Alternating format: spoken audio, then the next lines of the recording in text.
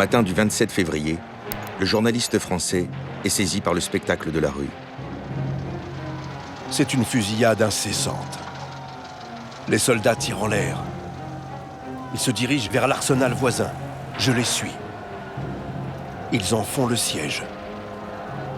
Je les vois donner des fusils aux ouvriers. Le spectacle est prodigieux.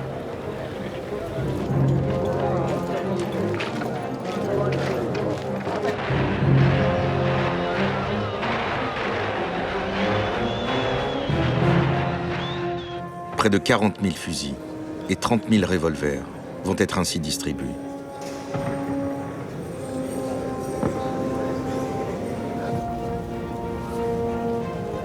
« 12 commissariats sont la proie des flammes. On jette par la fenêtre tous les dossiers, dont on a fait un grand feu au milieu de la rue. Juste vengeance du peuple qui détruit les bureaux de la toute-puissante police, d'où lui venait tant de tracas. Partout dans les rues, des bataillons empruntent à la Révolution française son hymne guerrier.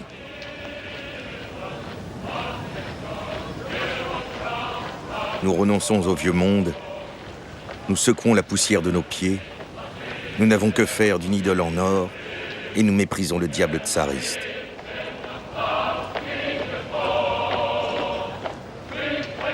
Telles sont les nouvelles paroles de cette Marseillaise russe, qui du passé veut faire table rase. Ce même jour, Nicolas II se décide enfin à rejoindre la capitale, déterminé à mater la rébellion.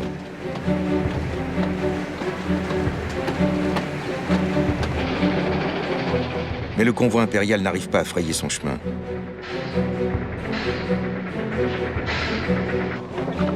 Prétextant des ponts détruits ou des voies inutilisables, les cheminots le détournent sans fin.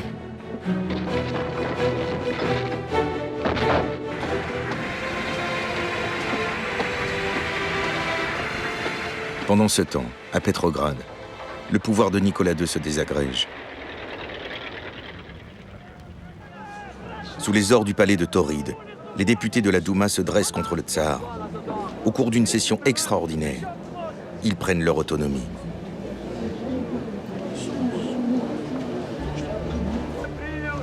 Dans une salle voisine, soldats et ouvriers s'organisent en assemblée. Dans l'urgence, ils élisent 600 délégués chargés de les représenter. Le Soviet de Petrograd.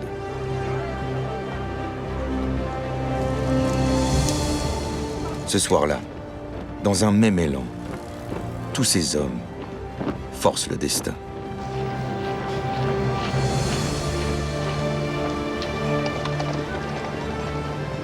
« 28 février. Près de l'entrée du palais de Tauride, la foule est si serrée que je puis à peine passer. Me voilà au centre de la révolution russe. Partout, des soldats armés, quelques civils.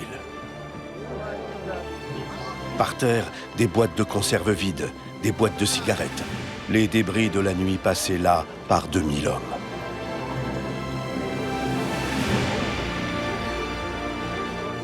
L'un d'eux me dit « Vous voyez tout ce que nous avons fait en un jour ?»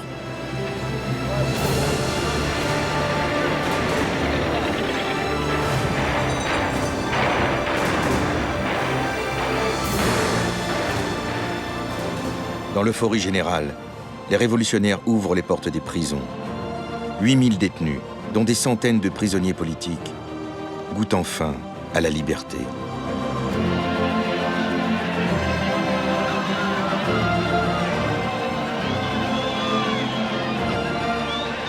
Les autos arrivent pleines de soldats. Où il y a de la place pour 4, 12 s'entassent. Les gens s'embrassent. Les soldats sont gais et triomphants. Partout, joie extraordinaire.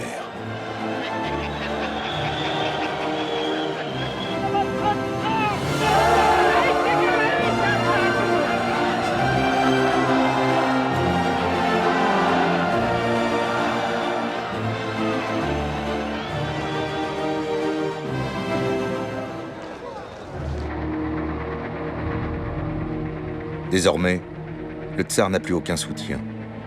Au milieu de la steppe, il est toujours bloqué dans son train. Pire, Conscient qu'une page vient de se tourner, son état-major le pousse à abdiquer, pour le bien de la Russie.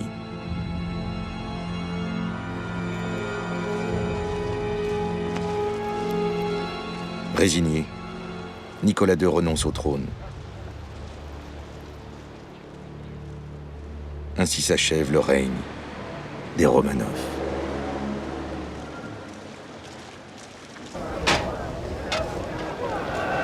La Révolution triomphe.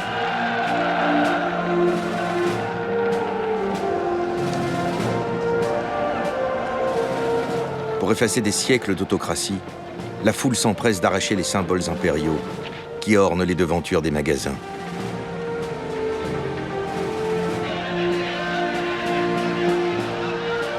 La dynastie des Romanov, qui régnait hier sur 160 millions de sujets, a disparu dans la tourmente. Il a suffi de quelques régiments passant au peuple, dans Pétrograd, la capitale, pour que les maîtres de cet empire colossal rentrent dans l'ombre. On est même stupéfait de voir que la révolution ait été acceptée sur toute l'étendue du pays.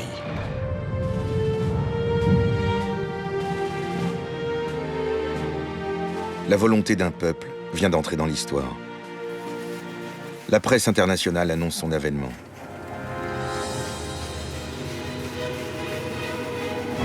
À Paris, la victoire s'enflamme. C'est le plus grand événement de l'histoire du monde depuis la Révolution française. À Londres, le Times déclare « Ce profond changement inaugure une ère de liberté et de progrès humain. »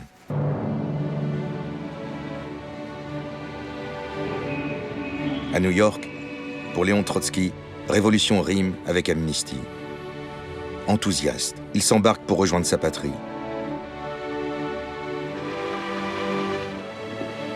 Mais son retour, dans une Europe en guerre, va être plus long que prévu. Et sur les bords du lac de Zurich, où il effectue sa promenade quotidienne, Lénine s'exclame en apprenant la nouvelle « renversant, incroyable, tellement inattendu ».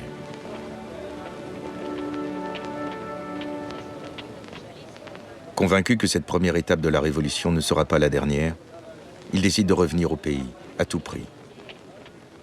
Mais après un aussi long exil, qui l'attend encore en Russie?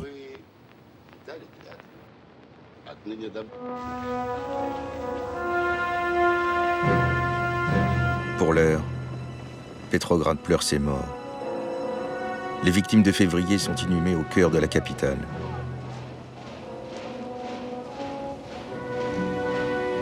Plus d'1 million d'habitants sont venus leur rendre un ultime hommage.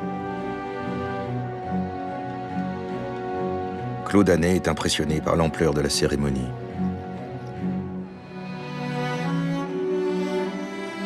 D'innombrables bannières rouges flottent au vent, avec inscriptions les plus diverses en l'honneur des morts de la liberté. La révolution jusqu'ici n'a pas été sanglante. Ces ouvriers armés et ces soldats débandés ne se sont pas jetés au pillage des banques, des magasins et des maisons des riches, comme si le peuple était sans colère et sans rancune.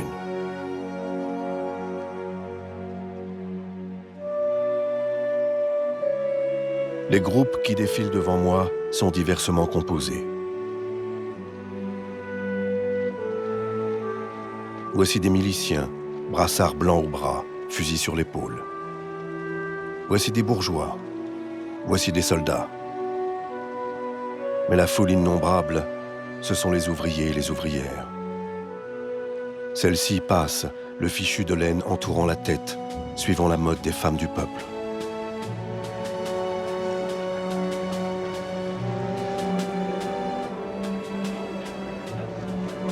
Ce flot de manifestants coule lentement, sans à-coups, avec de brefs arrêts, d'un coin à l'autre du champ de Mars.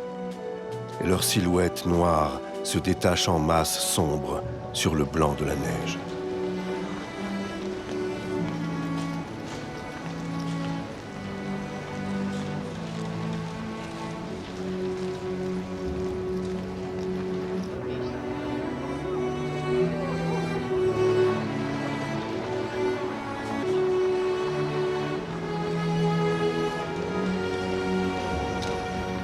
ce premier jour férié de la Russie nouvelle, tous les acteurs de la Révolution ont répondu présent. Conservateurs et socialistes, aristocrates et roturiers, tous ont contribué à renverser un régime qui se croyait éternel. Mais il faut maintenant gouverner. Et sous le dôme du palais de Tauride, concilier deux visions de l'avenir. D'un côté, celle des députés de la Douma, qui veulent une Russie capitaliste et libérale. De l'autre, celle de la nouvelle assemblée issue de la Révolution, le Soviet à majorité socialiste. Ces délégués aspirent à un monde de justice et d'égalité. Après de longues tractations, les deux organes s'entendent pour former un gouvernement provisoire, à majorité libérale. Alexandre Kerensky, un socialiste modéré, est le principal artisan de ce compromis. Nommé ministre de la Justice, il est l'homme que la Révolution fait sortir du rang. Son ambition va faire le reste.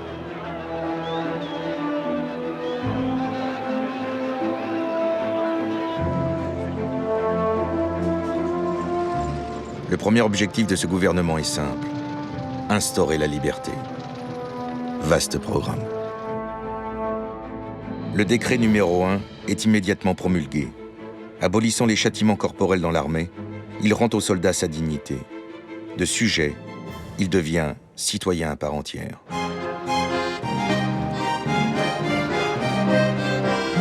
Sur le front, les hommes fêtent leur nouveau statut.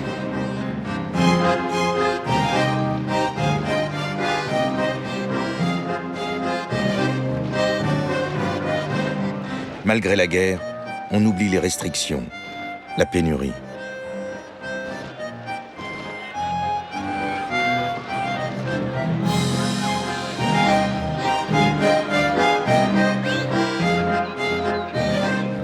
Le nouveau pouvoir fédère toutes les attentes.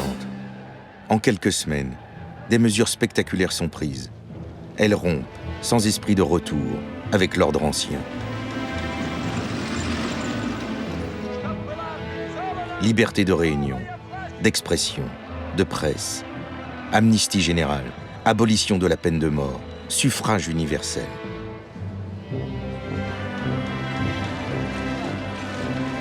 Partout, des conseils populaires se mettent en place. Il n'est pas de ville en Russie qui ne possède son soviet, où la population exprime ses doléances et affirme ses revendications.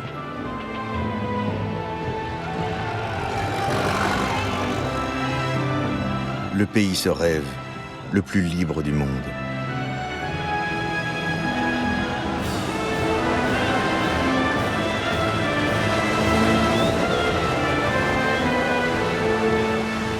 La politique envahit tout.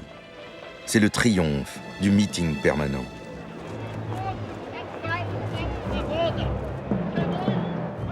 On aurait dit que toute la Russie, à force de garder le silence pendant plusieurs siècles, devait exprimer tout ce qui lui passait par la tête, écrit le journaliste américain John Reed. Cette liberté soudaine de la parole déchaîne les rêves les plus fous.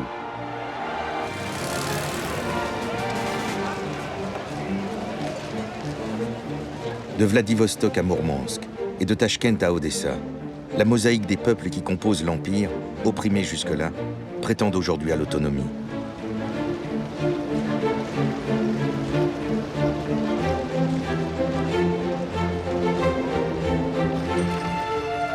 Dans les campagnes, les paysans se réjouissent et affirment leur idéal. Posséder un lot de terre, en fonction des bouches à nourrir. Quelques mois plus tôt, ils courbaient encore l'échine.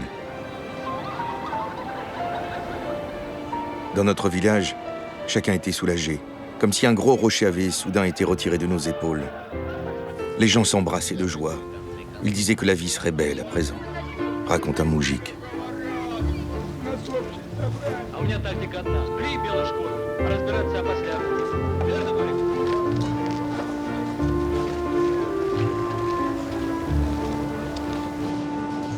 Enfin, pour la classe ouvrière, la promesse d'une existence meilleure se dessine. Bientôt, le salaire ne serait plus de misère. 40 heures de travail par semaine deviendraient la règle. Et la sécurité de l'emploi serait garantie. En ce printemps 1917, les banderoles proclament « Pour une république démocratique, pour la paix, pour la terre et le pouvoir au peuple ». L'espoir est immense.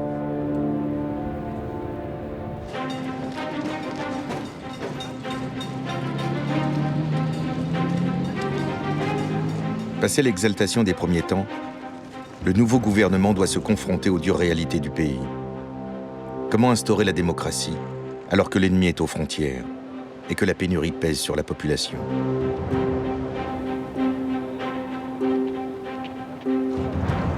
Sans expérience, l'exercice du pouvoir va se révéler périlleux. 3 semaines sont passées et déjà nous sommes en pleine crise politique. Le gouvernement provisoire peine à prendre des décisions. Installé au palais d'hiver, au lieu du pouvoir tsariste, le gouvernement doit faire face à la puissance du soviet, établi au palais de Tauride. Un premier désaccord les oppose sur la question du tsar.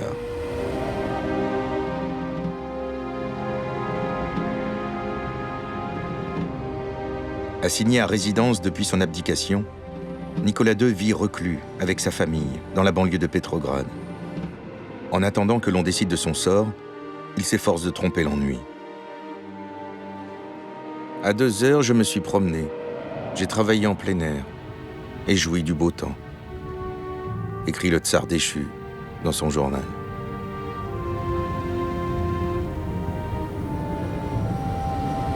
Le gouvernement veut l'envoyer en Angleterre, tandis que le soviet exige de le garder en Russie. Au terme d'intenses débats, le soviet l'emporte. La famille impériale reste aux arrêts et le tsar retourne à son journal. Nous voilà avec un gouvernement honnête, mais sans une ombre d'autorité. Et de l'autre côté, un soviet en apparence tout-puissant. Mais est-il vraiment capable d'exercer son pouvoir sur un prolétariat de 300 à 400 000 ouvriers? Cela, c'est Petrograd. Mais autour de nous, il y a l'immense Russie, inconnue, mystérieuse. Quel chemin la révolution va-t-elle emprunter?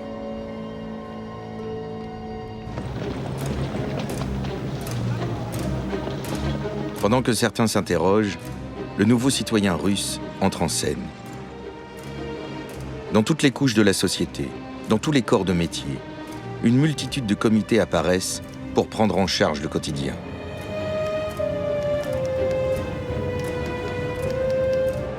Il y a tant à faire.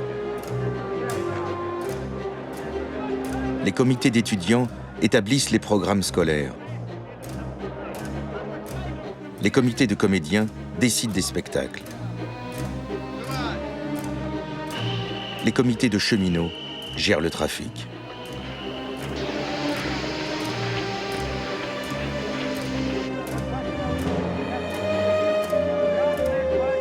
Chacune des 30 000 maisons de Petrograd a son comité de locataires qui a élu un président. Toute la ville est divisée en comités. On va ainsi, de comité en comité, la conscience heureuse à se sentir un citoyen responsable et qui remplit son devoir envers le pays. Mais cette démocratie directe montre aussi ses limites. Dans l'armée, la multiplication des comités de soldats alarme la hiérarchie. Le général Kornilov s'insurge. Une armée dans laquelle chaque compagnie demande une réunion de son comité pour décider si elle doit ou non attaquer n'est plus une armée.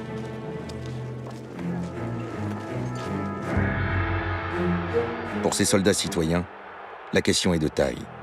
Comment continuer à faire la guerre et mener à bien la révolution?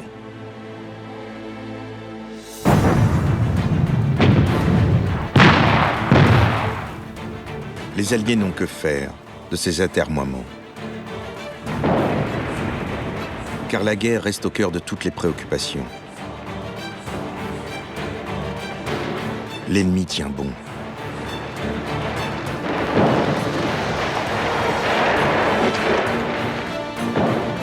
Le conflit s'enlise et son issue reste incertaine.